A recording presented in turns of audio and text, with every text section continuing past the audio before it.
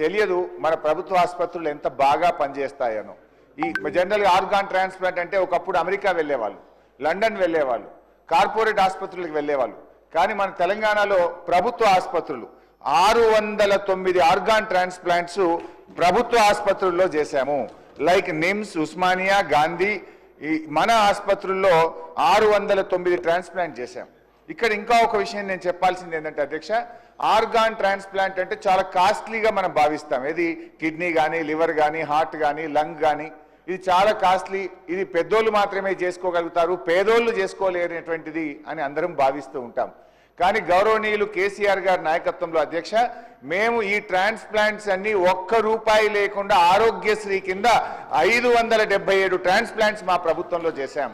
దాదాపు 20 లక్షల రూపాయల ఖర్చు అయ్యేటువంటి ఆర్గాన్ ట్రాన్స్ప్లాంట్ ను నయా పైసా ఖర్చు లేకుండా ప్రభుత్వ ఆసుపత్రుల్లో ఉచితంగా చేసినటువంటి విషయాన్ని మీ ద్వారా వారి దృష్టికి తెస్తున్నాం.